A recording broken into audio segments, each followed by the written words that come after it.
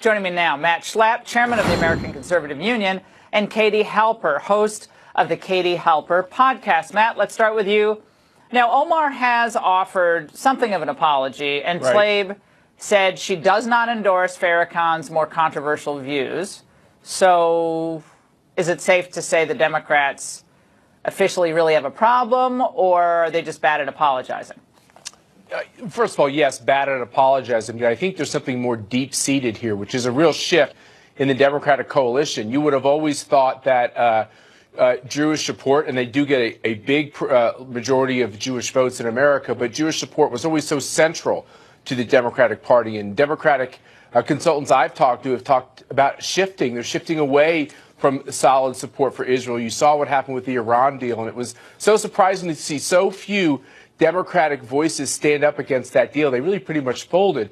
And now there's this embrace of more this kind of Arab coalition. And, you know, we're seeing a big shift in politics. And I think this is a moment when there's kind of a crack up in the Democratic coalition on issues around questions of race and anti-Semitism.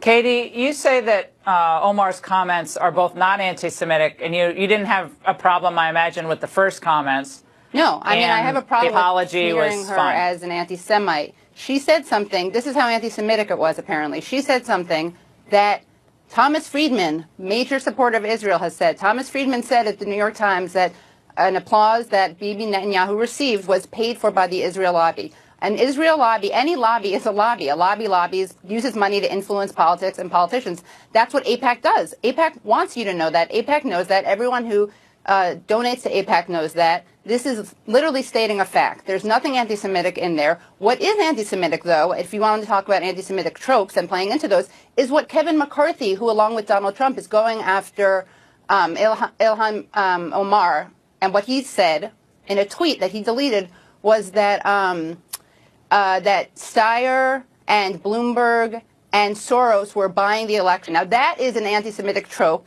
that he definitely played into. He deleted the tweet, but he never apologized. So billionaires can't buy an election. Then I get billionaires who are liberal. That's cool. But if you're a conservative, you're spending too much money. Wait, all right, Katie. Also Trump, Katie, Katie, take a breath. Take a breath. Let it out. It's okay. Take a breath, Katie. No one can understand if you talk over me, sweetie. Crazy. I get annoyed by hypocrisy and Islamophobia. Well, I get annoyed when people talk over it because our viewers can't actually hear what we're saying. So I want them to hear you, and then I want them to hear everybody. Okay, Matt didn't interrupt you, so try to just take a breath. All right, this is the Washington Jerusalem Post today. Don't roll your eyes. My daughter does that, and it gets really annoying. Ilhan Omar to keynote event alongside anti-Semite days after AIPAC rant. Omar will be speaking alongside a well-known Islamic Relief USA official, Yusuf Abdullah, who has openly advocated for violence against Jews and has shared anti-Semitic sentiments on social media. Are you also a defender of his, Katie? I don't know about his bio. I do know that Chuck Schumer has said things that are very Islamophobic, for instance, and no one asked him to apologize. That's the problem, is that there's this double standard. But no pattern. You see no pattern among some of these newer congresswomen who seem to equate money with Jews. You're equated with anti-Semitism. Chuck Schumer, for instance, said that there's no peace in the Middle East because Palestinians don't follow the Torah, Katie, which is theocracy. Her tweet in 2012, I'm just trying to understand, I want to get to Matt, but I'm trying to understand your level of support for her views, okay? Because when I hear Jews control the money or anything hinting at that, then that's a trigger. The left loves to hear about triggers. Right, well, that triggers a lot of people who remember the Holocaust. It triggers them, and I think justifiably so. I have a question. Here's what she said in 2012. Israel has hypnotized the world. May Allah awaken the people and help them see the evil doings of Israel. Now, Matt, I would think most people would say that was anti-Semitic.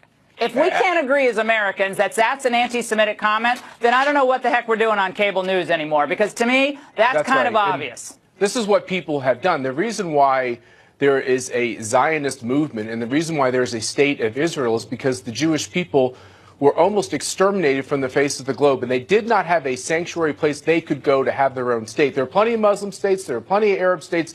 There wasn't a state for Jews to be able to call their own. And by the way, it's their, and by the way, it's their land. So I think it's awfully important, and people shade this into this question about the only reason why people are standing up for the state of Israel is because of, quote, the Benjamins. And I'm Christian, but I'm offended about that because they're a democracy, an important part of the world. They're a strategic ally to the United States. We don't have to agree with absolutely every decision their government makes, but it is wrong to attack them as a people. Well, no one attacked them as a people, luckily. I just saw that tweet. AIPAC. I'm a Jew. I'm a person. No one attacked me because I don't support AIPAC. Millions of Jews don't support AIPAC, and that's why there are all these alternatives. But this is the problem. Because Jews like me are really tired of having AIPAC, which is a very small but very powerful elite minority representation of Jews. It's very tiresome to have them claim to speak for all Jews and conflate Jewish identity with unquestioning support of Israel, which is an anti-Semitic trope in itself. Let's just say this, Lord. This is the big dynamic. It would be nice if Donald Trump had actually condemned the people in Charlottesville. And you, Matt, you work in this communications, if I could please just answer. Why didn't he condemn the people in Charlottesville?